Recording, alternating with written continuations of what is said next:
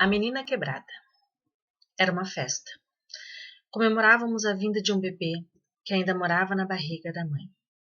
Eu havia acabado de segurá-la para que ela passasse a pequena mão na água da fonte do jardim. Ela tentava colocar o dedo gorducho no buraco para que a água se espalhasse, como tinha visto uma criança mais velha fazer. Parecia encantada com a possibilidade de controlar a água. Tem 1 ano e 8 meses, cabelos cacheados que lhe dão uma aparência de anjo barroco e uns olhos arregalados, com olheiras.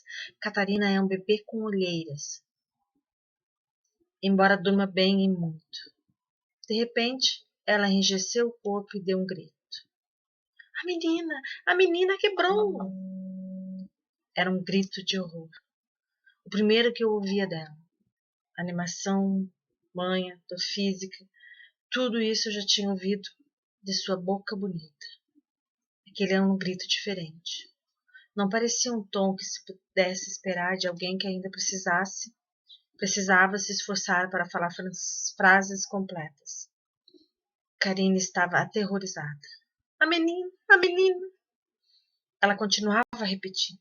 Olhei para os lados e demorei um pouco a enxergar o que ela tinha visto em meio a tanta gente. Uma garota de uns 10, 12 anos, talvez, com uma perna engessada. Quebrou, Catarina repetia. A menina quebrou. Ela não olhava para mim, como costumava fazer quando esperava que eu esclarecesse alguma novidade do mundo. Era mais uma denúncia.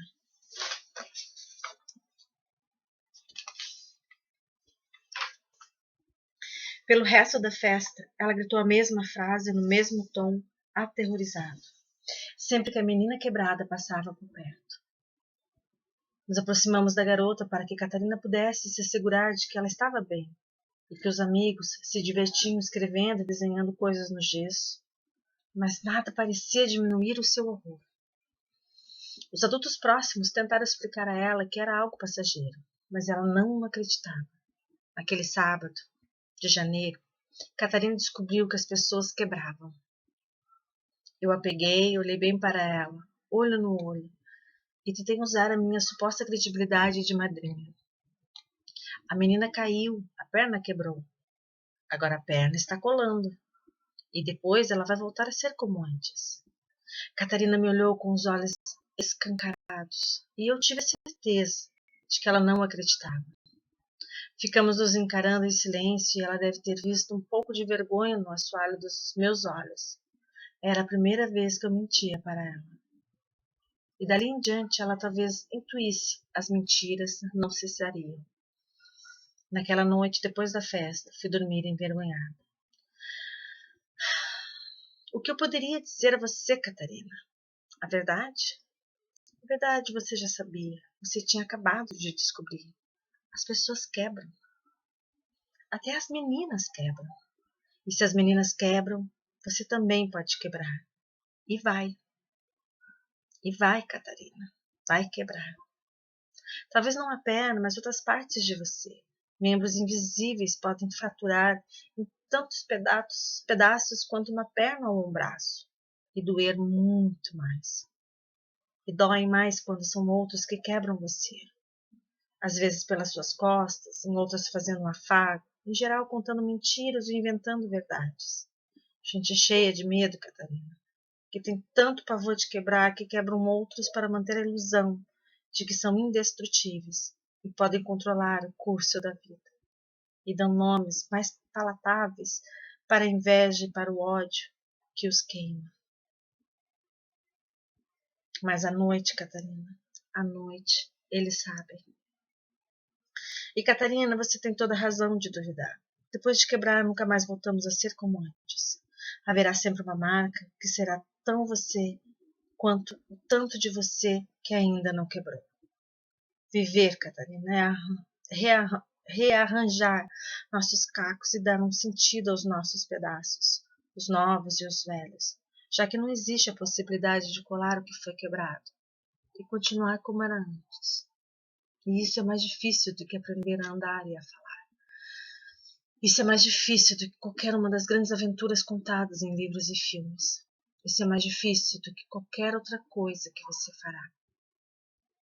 Existe gente, Catarina, que não consegue dar sentido, ou acha que os farelos de sentido que conseguem escavar as pedras são insuficientes para justificar uma vida humana e quebra por inteiro. Estes você precisa respeitar, porque sofrem de delicadeza. E existe gente, Catarina, que só é capaz de dar um sentido bem pequenino, um sentido de papel, que pode ser derrubado mesmo com uma brisa. E essa brisa, Catarina, não pode ser soprada pela sua boca. Ser forte, Catarina, não é quebrar os outros, mas saber-se quebrado. É ser capaz de cuidar dos seus barcos de papel e também dos barcos de outros. Não como uma criança que nos imagina poderosos de aço, mas sabendo que são de papel e que podem afundar de repente. Não acho que eu não poderia ter dito isso a você, Catarina. Não naquela noite, não agora.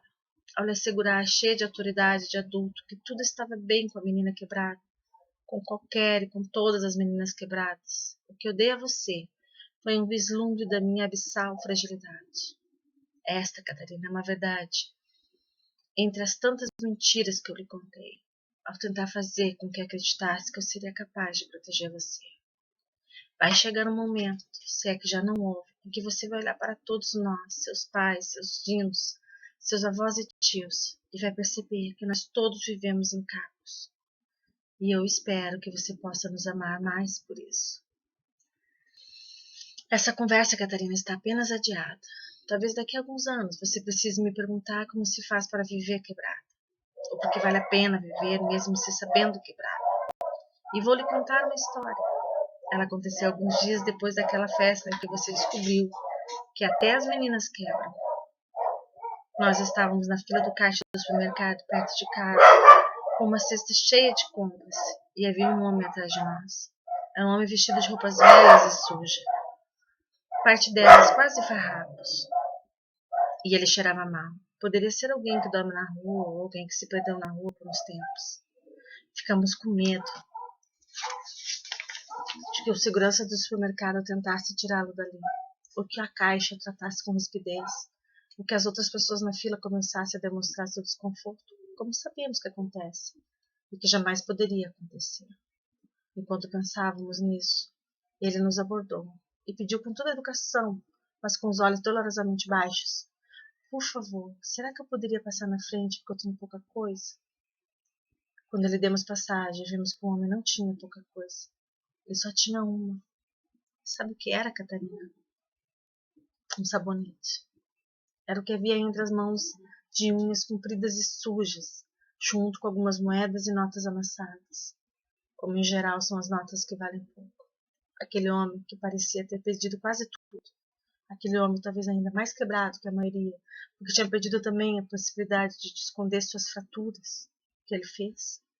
Quando conseguiu juntar uns trocados, o que ele escolheu comprar? Um sabonete. Catarina, um dia, daqui a alguns anos, você volte a me olhar nos olhos e dizer: a menina quebrou, ou eu quebrei. E talvez você me pergunte: como continuar? Ou por que continuar mesmo quebrada? E eu vou poder lhe dizer, Catarina, pelo menos uma verdade: por causa do sabonete.